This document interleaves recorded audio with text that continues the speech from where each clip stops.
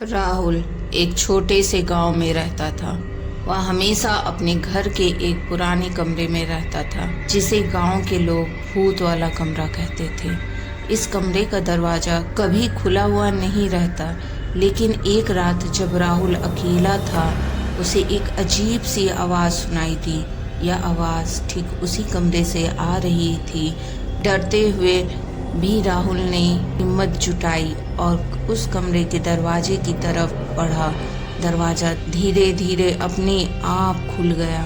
अंदर बहुत अंधेरा था और हवा में अजीब सी ठंडक महसूस हो रही थी। राहुल ने कमरे में कदम रखा और अचानक उसे ऐसा लगा जैसे किसी ने उसे पीछे से धक्का दिया हो। वह लड़खड़ाकर कमरे के बीचों बीच गिर गया। राहुल ने जल्दी से उठने की कोशिश की, तभी उसकी नज़र बिस्तर के नीचे पड़ी। वहाँ कुछ हिलता हुआ दिखाई दिया। उसका दिल जोर जोर से धड़कने लगा। उसने पास पड़ी हुई एक टॉर्च उठाई और उसे जलाया। टॉर्च की रोशनी में उसने देखा कि बिस्तर के नीचे एक कंकाल जैसा चेहरा उसे घेर रहा था।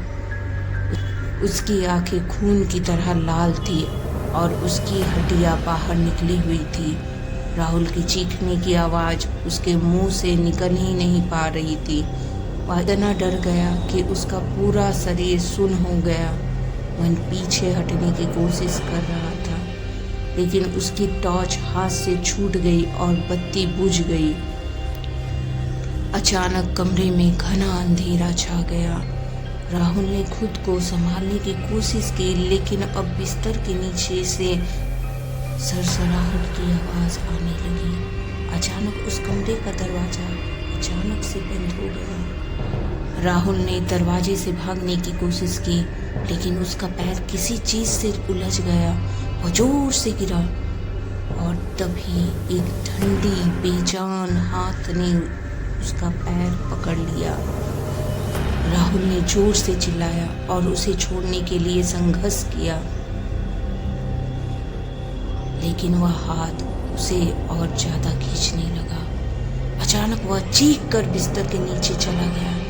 उसे एकदम शांत हो गया।